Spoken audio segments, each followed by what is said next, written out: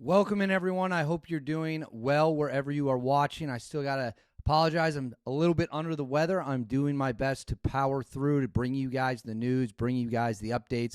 And we have a big update today, and that is the Trump administration, a high-ranking Trump administration official, broke their silence on this really troubling report that the drug cartels are using drones to monitor and surveil American positions on the border. They have previously used armed drones to carry out strikes. What does this mean and more? What is the administration saying?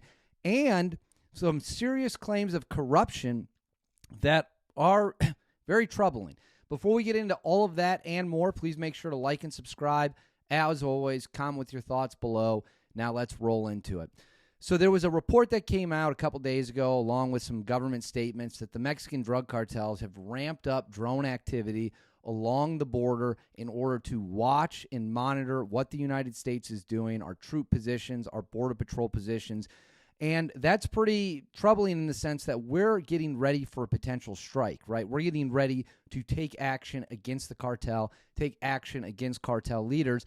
If they're using drones to monitor us, it puts operational security at risk if they know we're coming, if they know where our staging areas are, especially if they're dumb enough to actually use one of these drones in an armed capacity, which, again, they have a history of doing.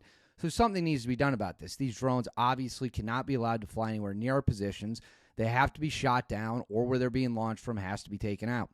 Secretary of Homeland Security Kristi Noem appeared on Fox News with Will Cain. I have two short snippets of that interview. The first is when she addresses the drone flights and kind of makes a joke about shooting them down. Let's go ahead and roll that clip right now. I smile when you bring up the technology because, of course, you're the United States government. You have technology to take control of their drones and land them wherever you may like. You don't shoot them down with a 12 gauge the way I might have imagined it. But that being said, So that right there is Kristi Noem talking about the drone problem, which I believe I was the first one in the media to really bring it to the forefront and discuss it on a national scale. It's crazy to me that it's not getting more attention. It seems to have really flown under the radar, even though, again, it gives the cartels a significant advantage if they're able to sit back, gather intelligence, watch what we're doing, see where our troops are moving, all of that and more. Then this leads into a second part. Do you all remember about 10 days ago or so, there was a report that the White House is very split on whether or not it wants to go in against the cartels alone or if it wants to work with the Mexican government. Keep in mind, there's already been competing narratives about the spy flights and our drone flights. The Mexican government claimed that there were 2 spy flights carried out by the U.S. against the cartels. The U.S. at that time had been publicly telling the media it was at least 18 in a 10-day span. So it's very unclear right now how much information the United States government is actually sharing with the Mexicans. I've been pretty consistent in my belief that they're definitely not sharing everything. It's too big of a security risk. And why might it be a security risk? Well, we know that the cartels and the Mexican government are long connected. We know that they're I don't want to say in bed together, but there is a lot of corruption. And Kristi Noem addressed that, specifically stating that the Mexican military has a history of working with the cartels. So let's roll that clip right now, and then we'll break it down. What are they doing that we're not even aware of that would blow our minds in terms of how sophisticated? Well, one thing that I think we all need to remember is it's not that the Mexican military is free of corruption, first of all. So we have elements of the Mexican military or Department of Defense that is partnering with cartels. So right there, you just saw Kristi Noem talk about how the Mexican military, to some degree, has a history of working with the cartels. Why is that important? Well, it goes back to what I just said about how can we trust these people? How can we give them information? How can we coordinate with them? How can we work together? If we have a high-ranking U.S. official, the Secretary of Homeland Security, it's incredibly high up, it's a cabinet-level position, going out and publicly stating what many of us have known to be true for a long time. The Mexican government and the Mexican military and the cartels have a long history together. They do. That is a fact. You can look up stories of bribery. You can look up stories about how people were allowed to escape prison, how people were arrested and then turned back over to the cartels. There are never-ending examples of this level of corruption, and that puts the United States military in a very delicate position.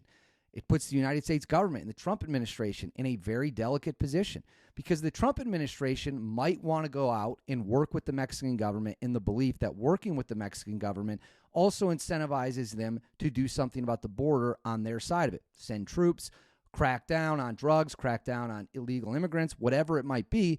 If you go in alone, they might not want to do that. But the problem is, if you work with them, you risk anything you tell them ending up in the hands of the cartels. So if we're going to launch a strike and we tell the government ahead of time, and I'm not saying we're going to do that for sure, but if we tell the government ahead of time, what are the odds that that information then gets passed over to the cartels?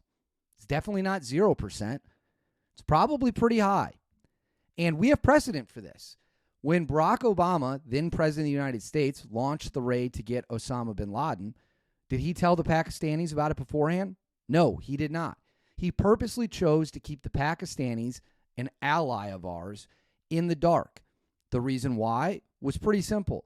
The United States government feared that Pakistani ISI, which is their intelligence apparatus, kind of their version of the CIA, FBI, merged together, whatever it would be, they were worried that due to their ties to terrorists, Al-Qaeda, the Taliban, whatever it might be, that they would tip off bin Laden. Keep in mind, bin Laden was right down the road from a major military academy in Pakistan, and they apparently didn't know he was there the entire time. So take that for what it's worth. So there is historical precedence to go ahead and say we're going to do something that we view as necessary for our national security, and we're not going to tell the nation, even if they're aligned with us, that we're coming. Now, am I saying that that's going to happen in Mexico? That's not what I'm saying at all. I'm saying there are examples in history to prove that. It's all about weighing pros and cons. The pros are if we go in alone, we're guaranteed, almost guaranteed, to get the job done, and we don't have to risk the cartels getting a heads up. If we don't go into it alone and we work with the Mexican government, then you risk them knowing we're coming and we might land on the target and everyone's long gone with their money, their drugs, and whatever else might be. So she's out there, Kristi Noem is out there stating as a point of fact that they are working together, there is corruption. And does that mean everyone in the Mexican military is corrupt? Absolutely not. But it does mean that we have to take a serious look at what we're doing here. That's the fact of the matter. So where do we go from here? Let's think about that for a second. The next big question is, where do we go from here? What does the United States do next? With all the information we have, what steps can be taken? I don't have any inside information. I have no idea. But here's what we do know. Plenty of military resources to the border. We have troops on the border. We have heavy armor on the border. We have drones in Mexican airspace. We have spy planes flying. We have Kristi Noem openly talking about how the Mexican government is corrupt and to some degree working with the cartels. President Trump has said the same thing. And we know about a split in the White House when it comes to how they want this handled. My theory is it is more likely than not we are going to end up going in alone. Now, could we call the Mexican government right before it happens and say, we want you guys to look like you were a faithful partner and we want you guys to take credit for this as much as what we're doing? I think you could see that. And that's pretty much what happened with the hunt for Pablo Escobar, if we all remember history. The United States did a lot of the legwork and then allowed the locals to take much of the credit as Delta Force operators and others slid back into the shadows. My guess is you could see something very similar to that. I mean, Delta Force played a huge role in capturing El Chapo. You never hear about that. Maybe that's a video for another time. But all signs, given how vocal they're being about corruption in Mexico, to me, can be interpreted as the United States is probably lining up to go into this alone. That remains to be seen. That would be my early stance now, maybe 60-40 split, 60% do it alone, 40% do it with the Mexicans, and make no doubt about it, we have the tools to get it done. The bad guys can run. All that means is they're going to die tired. I want you to let me know in the comments what you think is going to happen. Make sure to like and subscribe, and I'll keep bringing you guys the news whenever there's new updates.